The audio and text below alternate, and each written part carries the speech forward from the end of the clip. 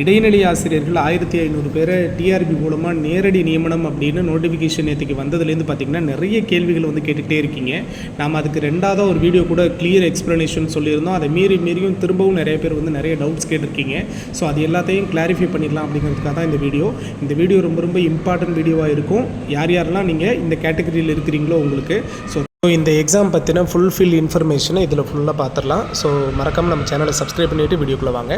So ஃபஸ்ட்டில் பார்த்திங்கன்னா நம்மளுடைய சப்ஸ்கிரைபர் ஒருத்தர் கேட்டிருக்காங்க, பட்டதாரி பணியிடம் அதிகமாக உள்ள பள்ளிக்கு ஏன் எங்களை நியமிக்க வேணும் அப்படின்னு கேட்டிருக்கிறாங்க. இப்போதைக்கு பணி நிரவல் மாதிரி தான், சரிங்களா? அவங்களுக்கு இந்த 1500 பேரை வந்து போஸ்டிங்கை போட்டு எங்கெல்லாம் வந்து பட்டதாரி ஆசிரியர்கள் இல்லையோ, ஸோ அதிகமாக வேக்கன்சி இருக்கோ அங்கே எல்லாத்தையும் இவங்களை இப்போதைக்கு தற்காலிகமாக வந்து பணியமர்த்திட்டு தென் அதுக்கப்புறம் பார்த்துக்கலாம் அப்படிங்கிறது தான் அவங்களோட எய்மாக இருக்கலாம் இதில், சரிங்களா? அடுத்த கேள்வி பார்த்திங்கன்னா, அடுத்த கொஸ்டின் பாருங்கள். நான் DTET வந்து pass and also TET paper 1 2013 ஆகஸ்ட்டில் நான் பாஸ் பண்ணியிருக்கேன். ஸோ எக்ஸாம் வந்து அகைன் எழுதணுமா, எக்ஸாம் வைப்பாங்களா, ப்ளீஸ் மேக் மீ கிளியர் அப்படின்னு சொல்லியிருக்கிறாங்க. கண்டிப்பாக உங்களுக்கான எலிஜிபிலிட்டி நீங்கள் பர்ஃபெக்டாக வச்சுருக்கீங்க, சரியா? DTET முடிச்சிருக்கீங்க அண்ட் ஆல்சோ பேப்பர் 1 கிளியர் பண்ணி வச்சுட்டீங்க. இப்போ உங்கள் எல்லாருக்கும் கண்டிப்பாக காம்படிட்டிவ் எக்ஸாம்ங்கிறது உண்டு, SGT எக்ஸாம்ங்கிறது கட்டாயமாக உண்டு. ஸோ அதுக்கான ப்ரிப்பரேஷனை நீங்கள் கொடுங்க. ஏன்னா நீங்கள் பர்ஃபெக்டான குவாலிஃபைடில் இருக்கீங்க. பிஎட் முடிச்சுட்டு இப்போ லாஸ்ட்டாக பார்த்தீங்கன்னா பிஎட் முடிச்சுட்டு நீங்கள் ஒரு சில பேர் வந்து பேப்பர் 1 எழுதுறதுக்கு நமக்கு லாஸ்ட்டு டேட்டில் வந்து அனுமதி கொடுத்துருந்தாங்க. அது வந்து இப்போது செல்லாது அப்படிங்கிறதான் இப்போ இருக்கிற நமக்கு நிலைமை, ஓகேவா? ஸோ அடுத்த கொஷின் பாருங்கள். எதுக்கு ஆக்சுவலாக வந்து இதுக்கு எக்ஸாம் இல்லை, டைரக்ட் போஸ்டிங். ஒழுங்காக படிங்க, நேரடி நியமனம் தான் போட்டிருக்கு. ஸோ நோ எக்ஸாம்னு ஒருத்தவங்க கமெண்ட் பண்ணியிருக்கிறாங்க. ஒரு விஷயத்தை நல்லா புரிஞ்சுக்கோங்க, டிஆர்பி போர்டு மூலமாக எடுக்கிற எல்லா போஸ்டிங்க்கும் பேர் நேரடி நியமனம் தான். டிஆர்பி போர்டுக்கு கவர்மெண்ட் வந்து நீங்கள் நேரடியாக நியமனம் பண்ணிக்கங்க அப்படின்னு சொல்லி நமக்கு அனுமதியை கவர்மெண்ட் வந்து கொடுக்கும் டிஆர்பி போர்டுக்கு. ஸோ டிஆர்பி போர்டு அவங்க வந்து டிசைட் பண்ணுவாங்க, எக்ஸாம் வைக்கணுமா வைக்க வேண்டாமா அப்படின்னு டிசைட் பண்ணி அவங்க நேரடியாக கொடுக்குற எல்லா போஸ்டிங்க்கும் பேர் நேரடி நியமனம் தான், சரிங்களா? ஸோ இது வித்தவுட் எக்ஸாமில் வைக்க போகிற நமக்கு போஸ்டிங் வந்து கொடுக்க போகிறது கிடையாது. இந்த 1500 பேருக்கும் கண்டிப்பாக DTET முடித்து சரியா டெட்டு பேப்பர் 1 பாஸ் பண்ணியிருக்கிற எல்லாருக்கும் கட்டாயமாக எக்ஸாம் வச்சு தான் நேரடியாக நியமனம் கொடுக்க போகிறாங்க, ஓகேவா? ஸோ நெக்ஸ்ட் ஒன் பார்த்திங்க அப்படின்னா, DTET முடித்தவங்கள ஏன் பட்டதாரி ஆசிரியராக போடணும், அவங்க அதுக்கு குவாலிஃபைடா அப்படின்னு சொல்லிட்டு ஸோ இந்த கவர்மெண்ட் நல்லா ஏமாத்துறாங்க அப்படின்னு சொல்லியிருக்கிறாங்க. தற்போதைக்கு அரசு கவர்மெண்ட்டோட நிதி நிலைமையை காரணமாக வச்சு ஸோ இந்த காரணத்தை அவங்க செய்கிறாங்க, இந்த வேலையை செய்கிறாங்க. ஸோ இந்த கொஷினுக்கு கவர்மெண்ட்டு தான் டிசைட் பண்ணணும், சரியா? ஸோ அடுத்த கொஷின் பார்த்திங்கன்னா, what about BEd TET paper 1 passed candidates அப்படின்னு சொல்லியிருக்கிறாங்க. பிஎட் கேட்டிருக்கிறாங்க.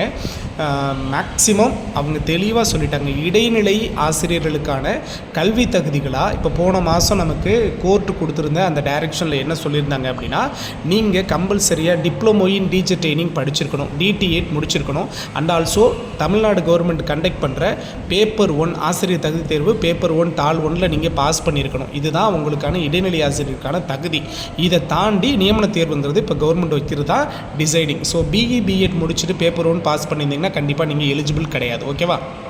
அடுத்த கொஸ்டின் பாருங்கள். இந்த நேரடி போஸ்டிங்க்கு எப்படி சார் அப்ளை பண்ணணும் அப்படின்னு சொல்லியிருக்கிறாங்க. இந்த நேரடி நியமன தேர்வுங்கிறதே அதை எல்லாருமே இப்படி தான் எடுத்துக்கிட்டு இருக்காங்க. அதாவது வித்தவுட் எக்ஸாமில் நேரடியாக வந்து போஸ்டிங் போட போகிறாங்க அப்படின்னு எடுத்துக்கிட்டு இருக்காங்க. கண்டிப்பாக உங்களுக்கு SGT எக்ஸாம்ங்கிறது உண்டு, சரிங்களா? அதில் நீங்கள் உங்களோட ஹையஸ்ட் மார்க்கை வச்சு தான் போஸ்டிங்கிறது கொடுக்க போகிறாங்க. சார் அப்போது இந்த SGT எக்ஸாமுக்கான சிலபஸ் போடுங்க சார் அப்படின்னு சொல்லியிருக்கிறாங்க. சிலபஸ் பார்த்திங்க அப்படின்னா நமக்கு கவர்மெண்ட்டோட அஃபிஷியல் வெப்சைட்லேயே வந்து ஃப்ரேம் பண்ணியே கொடுத்துறாங்க. நியமன தேர்வு அப்படிங்கிறப்போ பேப்பர் 2ல் இருக்கிறவங்களுக்கும் சரி பேப்பர் 1ல் இருக்கிறவங்களுக்கும் சரி அஃபிஷியலாகவே அவங்க இது கெசட்லேயே ரிலீஸ் பண்ணியிருக்கிறாங்க. என்ன அப்படின்னு பார்த்தீங்கன்னா, இடைநிலை ஆசிரியர் தகுதி தேர்வு அப்படின்னு பார்த்தீங்கன்னா அதுக்கான நியமன தேர்வுக்கு ஸ்டாண்டர்ட் 1ல் ஆரம்பித்து ஸ்டாண்டர்ட் 10th ஸ்டாண்டர்ட் வரைக்குமான எல்லா கேட்டகரி சப்ஜெக்டையும் நீங்கள் ப்ரிப்பேர் பண்ணிக்கணும், சரிங்களா? ஸ்டாண்டர்ட் 1லேருந்து ஸ்டாண்டர்ட் 10th வரைக்கும் நீங்கள் அப்கிரேடடாக 11th வரைக்கும் நம்ம ஃபாலோ பண்ணி வச்சுக்கிறதும் சேஃப் தான். ஸோ இந்த கேட்டகரியில் யாரெல்லாம் எலிஜிபிள் ஆகிருக்கீங்களோ, சரியா, பேப்பர் 1 யாரெல்லாம் கிளியர் பண்ணியிருக்கீங்களோ, டெட் எக்ஸாம் முடிச்சுட்டு பேப்பர் 1 கிளியர் பண்ண எல்லாருமே கண்டிப்பாக நீங்கள் இந்த பேட்டர்னில் படிங்க. ஸ்டாண்டர்ட் 1லேருந்து ஸ்டாண்டர்ட் 10th வரைக்கும் அப் டு 11th வரைக்கும் நீங்கள் மேக்ஸிமம் எல்லாத்தையும் கம்ப்ளீட் பண்ணுங்கள், ஓகேவா? ஸோ எதையும் ஒமிட் பண்ணாதீங்க. டேஸ் கண்டிப்பாக இருக்குது. எப்போ எக்ஸாம் வர்றதுக்கு சான்ஸ் இருக்குன்னா கண்டிப்பாக ஏப்ரலுக்கு அப்புறம் தான் நமக்கு நோட்டிஃபிகேஷன் வர்றதுக்கு சான்ஸ் இருக்குது. ஸோ நெக்ஸ்ட் கொஸ்டின் பார்த்திங்கன்னா, தாள் 1ல் தேர்ச்சி செய்யப்பட்டு 6லேருந்து 8 வகுப்புக்கு பணி நியமனம் செய்வார்கள் என்றால் ஏன் பிஎட் படித்து தாள் 1 தேர்வானவர்களை அனுமதிக்கக்கூடாது ஏன் அனுமதிக்கக்கூடாது, இது நியாயமான முறை இல்லை அப்படின்னு சொல்லியிருக்கிறாங்க.